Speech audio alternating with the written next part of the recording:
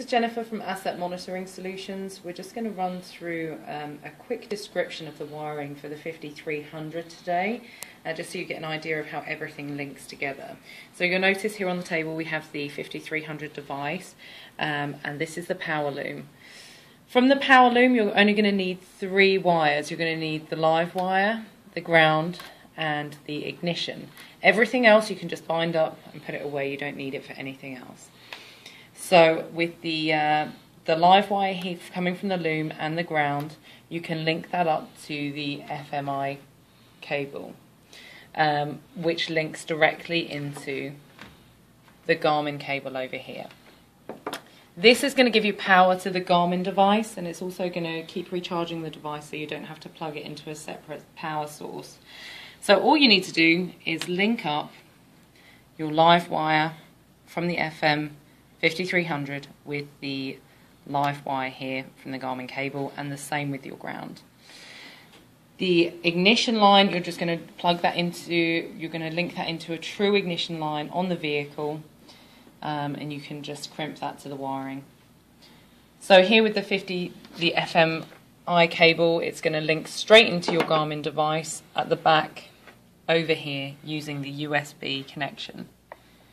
So that's pretty much the power linked up from there. The only other part of the connectors of the separate wiring is the FMI cable through to our port 1/2 cable.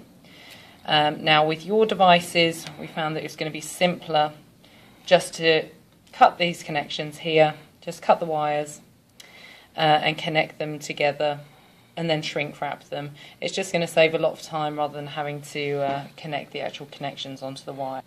So once you've shrink wrapped the port 1/2 cable to the FMI cable, we just link that straight in with our 5300 device in this socket here, and it says it on top of the port 1 cable here.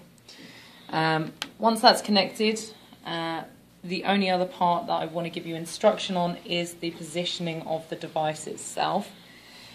Inside the vehicle, this loom must be facing the front of the vehicle, so which means that at this side, obviously, these connections are going to be facing the vehicle itself. When it's inside the vehicle as well, you've got your 2 antennas here. This is the GSM antenna. This is the GPS antenna. Now with the GPS antenna, it has to be curved side up. It cannot be obstructed by any metal, so you can install it underneath the dash completely out of sight but with no obstruction from metal. That's really the only instruction with those. The GSM antenna is fine anywhere, just try and keep it away from audio equipment.